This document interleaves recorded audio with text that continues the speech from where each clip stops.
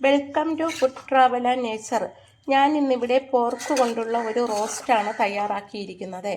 ഇത് ഇരുമ്പ് ചട്ടിയിലിട്ട് ഇങ്ങനെ വേവിച്ച് അതിനെ വറ്റിച്ച് എണ്ണയിലിട്ട് ഇങ്ങനെ വഴറ്റി എടുക്കുമ്പോൾ അത് കഴിക്കാനും നല്ല ടേസ്റ്റാണ്. ഞാനിതൊരു പ്രത്യേക രീതിയിലാണ് തയ്യാറാക്കിയിരിക്കുന്നത്.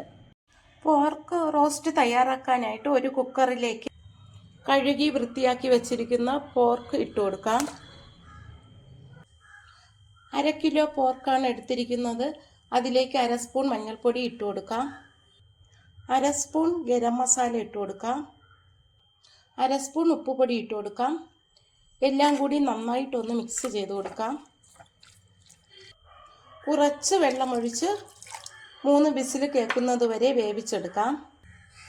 പോർക്ക് തയ്യാറാക്കാനായിട്ട് ഒരു ഇരുമ്പ് ചട്ടി ചൂടാകുമ്പോൾ അതിലേക്ക് 2 സ്പൂൺ വെളിച്ചെണ്ണ ഒഴിച്ചു കൊടുക്കാം.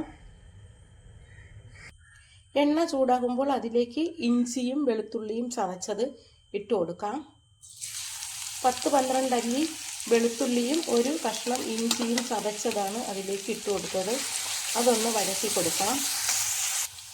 ഇഞ്ചിയും വെളുത്തുള്ളിയും ഒന്ന് വഴണ്ടി വരുമ്പോൾ അതിലേക്ക് ഒരു സവാള ചെറുതായിട്ട് അരിഞ്ഞത് ഇട്ട് കൊടുക്കാം. എന്നിട്ട് ഇതും കൂടി നന്നായിട്ടൊന്ന് വഴറ്റിയെടുക്കാം.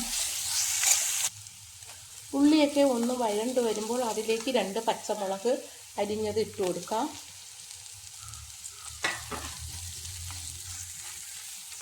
ഇതിലേക്ക് 2 സ്പൂൺ മുളക് പൊടി ഇട്ട് കൊടുക്കാം. 1/2 സ്പൂൺ മല്ലിപ്പൊടി ചേർത്ത് കൊടുക്കാം.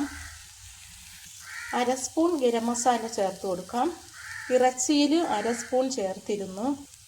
ഇതിൽ കുറച്ച് ഉപ്പുപൊടി ചേർത്ത് കൊടുക്കാം. എന്നിട്ട് ഇതെല്ലാം കൂടി ഒന്ന് വഴറ്റി കൊടുക്കാം.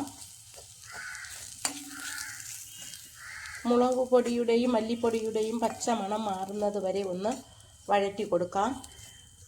ഇതിലേക്ക് കുറച്ച് കറിവേപ്പിലയും കൂടി ഇട്ട് വഴറ്റി കൊടുക്കാം. മുളക് പൊടിയുടെ കളറൊക്കെ മാറി വന്നു. ഇതിലേക്ക് നമുക്കിനി വേവിച്ച് വെച്ചിരിക്കുന്ന പോർക്ക് ഇട്ട് കൊടുക്കാം. സ്റ്റോക്കോട് കൂടി തന്നെ ഒഴിച്ചു കൊടുക്കാം.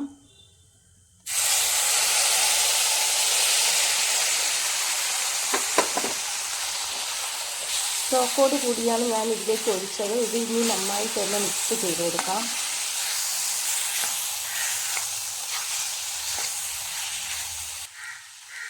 കുറച്ച് വെള്ളം കൂടി ഒഴിച്ചു കൊടുക്കാം.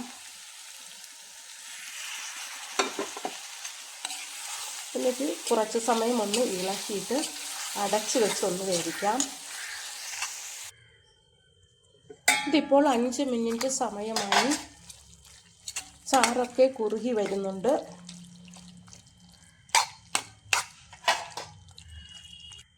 ഇതിലേക്ക് കുറച്ച് കുരുമുളക് പൊടി ചേർത്ത് കൊടുക്കാം. കുറച്ച് കറിവേപ്പില പൊടി ചേർത്ത് കൊടുക്കാം. എന്നിട്ട് കുറച്ച് സമയം ഇതൊന്ന് വഴറ്റിയെടുക്കാം.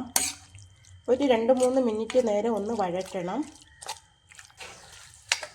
വഴറ്റാൻ തുടങ്ങിയിട്ട് ഇപ്പോൾ 2-3 മിനിറ്റ് നേരമായി നന്നായിട്ട് വഴണ്ടു വന്നു. ഇരുമ്പ് ചട്ടിയിലായതുകൊണ്ട് ഇത് കഴിക്കാനും നല്ല ടേസ്റ്റാണ്. എൻ്റെ ഈ വീഡിയോ ഇഷ്ടമായെങ്കിൽ ആദ്യമായി കാണുന്നവരെല്ലാം എൻ്റെ ചാനൽ സബ്സ്ക്രൈബ് ചെയ്യണം, സപ്പോർട്ട് ചെയ്യണം. Thank you.